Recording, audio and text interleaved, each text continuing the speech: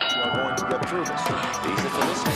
I was able to do it. Easy for dancing. I'm not a great lover of cats. That's my fear. You're a disgrace, you are. Not me. That's my fear. You're a disgrace, you are.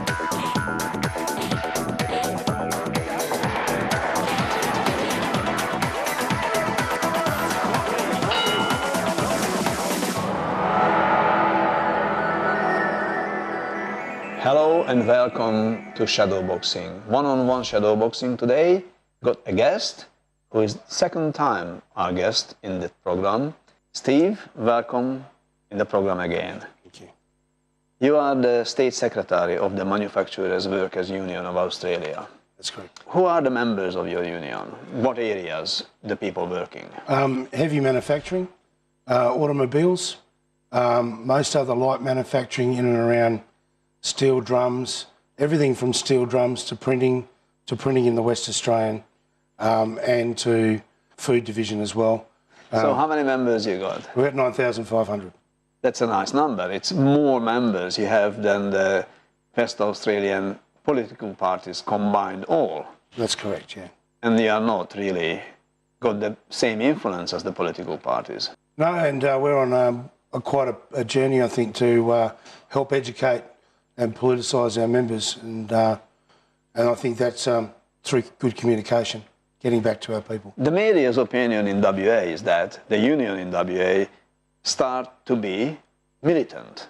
I don't think union can be militant. Fighting the fight for the workers, for the 99% of the people who are earning money and working, the fight is quite legitimate.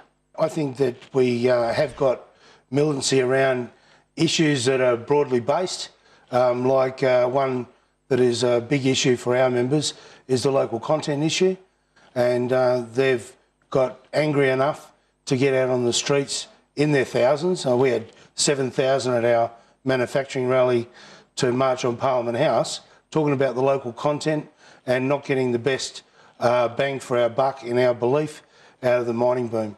Your local content is to manufacture things in Western Australia, not overseas. Absolutely. And so that fight is going on now years and years in WA during the mining boom. Yeah. What have you achieved, or you lost this fight?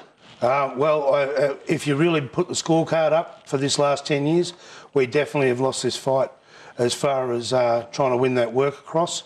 We've had difficulties with both sides of government. A lot of work, for instance, out of $220 billion worth of project work, 700,000 tonne of manufacturing. West Australia got 21,000 tonne, and we got that 21,000 tonne after we marched on Parliament and after we had our say.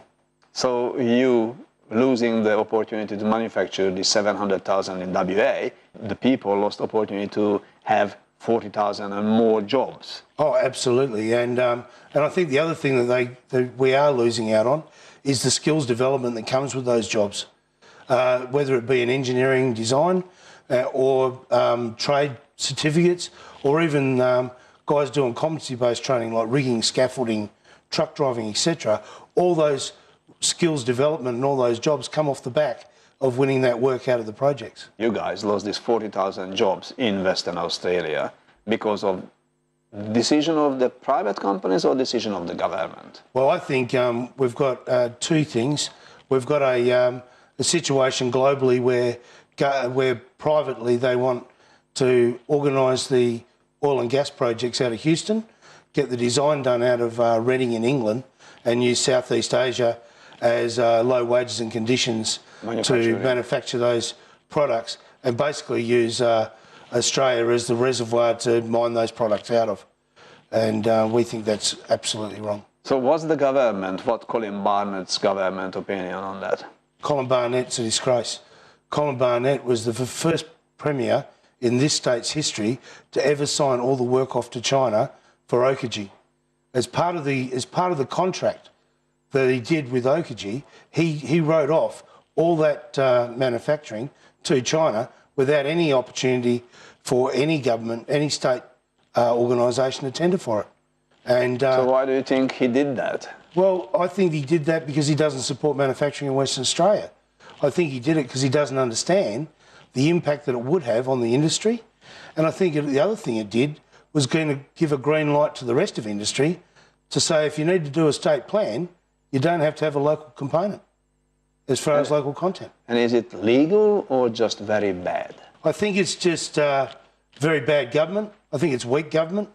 And I think the difficulty we've got is we've got weak ministers on both sides of government that are standing up to the revenue providers, focusing on the revenue and not actually looking at the real jobs and real opportunities inside inside those projects.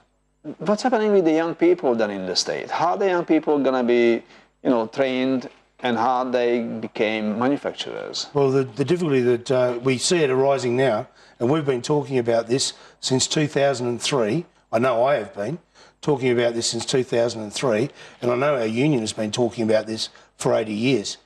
In the last 3 years, especially, we've put a lot of money and effort into educating the public about exactly what's happening inside this industry and what these governments are let happening inside this industry. For instance, the figures all line up. We don't get those jobs and opportunities inside the Kwinana Strip, which is one of our heavier manufacturing areas. Yep. And the young people under 25, 27% of those kids, like 1 in 4 kids, now haven't got an opportunity in that area. So they're unemployed. They're unemployed. They haven't got a job and they haven't got the opportunity to get that work because governments are too weak to take on these multinationals and demand that some of that work gets done here. I noticed that when we did embarrass the government, he did get on the phone and we did end up with 21,000 tonne. But I don't think... But that's just a fraction what you need and what the people need for their own benefit and the benefit of Western Australia. Was the discussion, any ongoing communication between the unions and Colin Barnett? Because we know that, and he's happy to say that in Parliament many times, he is always discussing everything with the investors and with the mining companies coming here, and he is the shaker and maker of this Western Australian economy. That's what Colin says from himself. Yeah.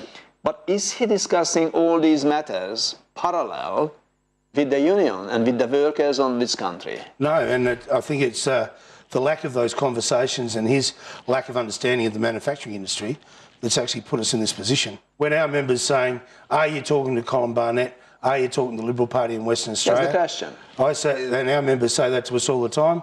I say when the Liberal Party's in, the door's shut and no one's listening. So you couldn't even get through the doors to talk to? He's not interested in talking to the union movement, and he's not interested in talking to anyone that represents blue-collar workers. Although he did trumpet it in the West Australian recently that he wanted to talk to the unions about getting a better deal to win this work in Western Australia. We think that's a backhanded attempt to try and argue the fact that because we have decent wages and conditions here, that work's going off the coast because of that. It wouldn't be his incompetence and the miles and miles of red tape that they have to go through to get their projects up, would it? And how the media is reacting of the relationship? I think that we have a very bad run in the media in Western Australia, especially in the print media. They have a very negative view to anything that we try to achieve or try to do. For instance, something as important as future jobs for West Australians, skills development and getting people out of unemployment and moving into employment, something as important as that. And we have 7,000 people march up the road. The first thing they want to do is say there was 2,000 people there. The second thing they do is put it on page 14. So there's no support from that side of the media in any way, in any of our blues to go forward. And why is that? What do you think? Why not the media supporting, the mainstream media is that supporting you, or the ABC, or... Well, I think the mainstream media doesn't support us because the same people we're arguing against support them. And I think sometimes it's just lost on the ABC. They're too busy looking at national things and not looking at things in their own backyard. On that note, Steve, we have to go to a short break. And please stay with us because after the break, we're coming back more on a discussion with Steve McCartney.